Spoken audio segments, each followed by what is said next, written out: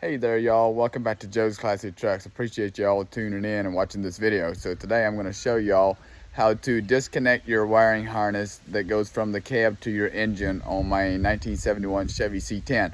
So let's get to it. All right, so this wire unplugs off of this oil sensor. I believe that's what it is. Comes back around and it runs right up in there and wires up and goes up to the front there. So I'm gonna go ahead and pull this whole wire out. Whoa, where did that wire come from? Oh, I see. So I just tore a wire. That right there, let me see. Right there is another sensor coming out of the coolant.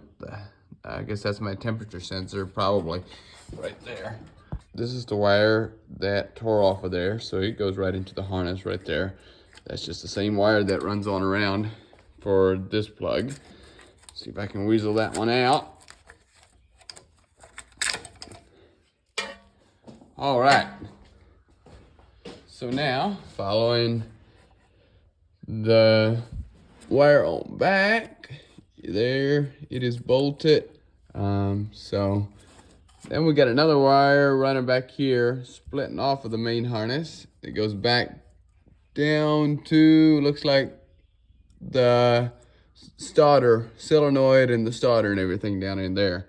So we're gonna have to disconnect that to bring it on up out of there. We're gonna end up taking this whole cab off. That's why we're taking all the wiring and everything loose.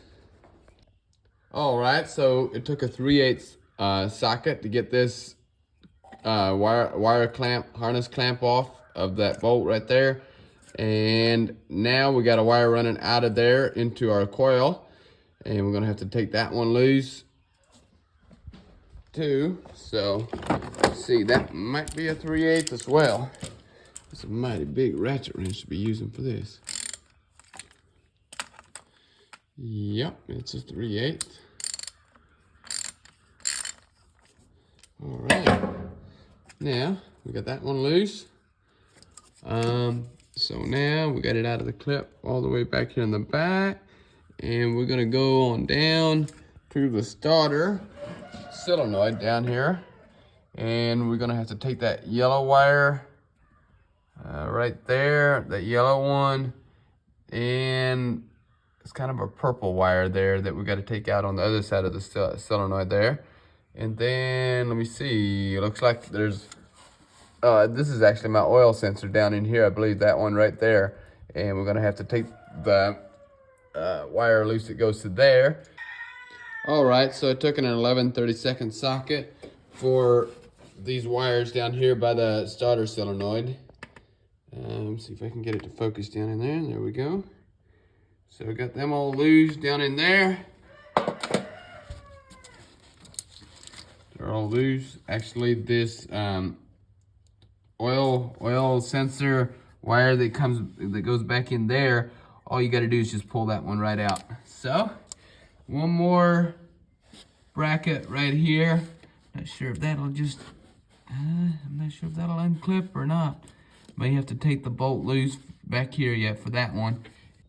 All right, so it was a little bit of a pain to get that out all the way there in the back, but it's actually a 9/16 socket for that bolt back in there. So I was finally able to loosen it up enough to just slide it out. So you can see there's a clip. It's just like a, if I can show you there, it's like a C clip right there. So once you get it loose, you don't have to take it all the way out. You can just slide it right out of its place. So that was pretty simple. Besides, the bolt was just hard to get out, but we got that. I'm gonna lay these wires up here. That's it for this side, I believe. So let's get on over here to the other side and see what we got over here. All right, a little more wires than I had before. So here, this must be our headlight harness and everything. We're gonna go ahead. Okay, so So it looks like this here just unbolts. It's got one bolt right there in the middle, and it looks like that whole harness deal right there unbolts. All right, so this is actually pretty cool. It took a 3/8 socket to unbolt that. And as you can see, you got all your plugins right there. And then to disconnect it from the wire that runs into the dash from there, this wire right here, up into the dash, to disconnect that, all you gotta do is just slide this right on out of there, just like that. Got these little tabs, slider tabs right there, and it just slides right up in there. So that's all you gotta do. And then there's a single wire going to the bottom plug here, but the top plug looks like green and brown. We're just gonna go ahead and unplug those. There we go. Now this wire here is free. And get this hose out of the way. Now it looks like we got blue and black coming in to the top post, and then two blacks, I believe. It looks like it. These wires are old. It's hard to see the color on some of them, but let's see if we can pull that one right on out. There we go.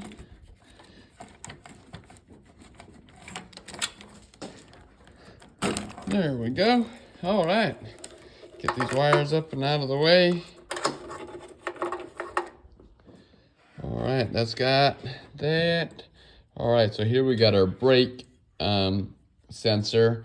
That's basically if you get a brake leak, this thing here's got one of these little valve things. If the front brakes go out, it'll just lose pressure, and that valve will flip back and disconnect the front brakes so you don't lose all your fluid. And basically this is your electronic connection to that.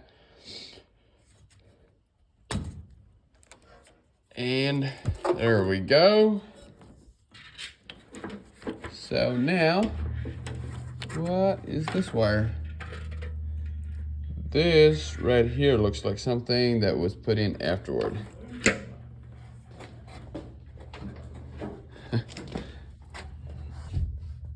See here. There we go. There it is. It runs up in here.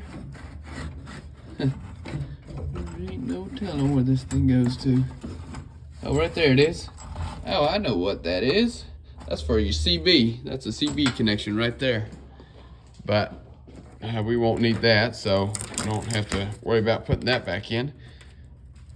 One more thing that you need to take out is this wiring coming down out of your firewall down to, I'm guessing that is your rear brake lights and all that kind of stuff that runs on back here. Not sure why my phone's acting up. There we go. So I'm guessing a lot of that is this wiring coming back along this frame rail, coming back there for my brake rail, my brake lights. All right, so I traced that wire all the way back here to the back, and all the way back here, the last cross beam that goes across the frame here has got this little plug, which when I took the bed off, right there I have my bed. When I took it off, I unplugged the taillights from this plug right here.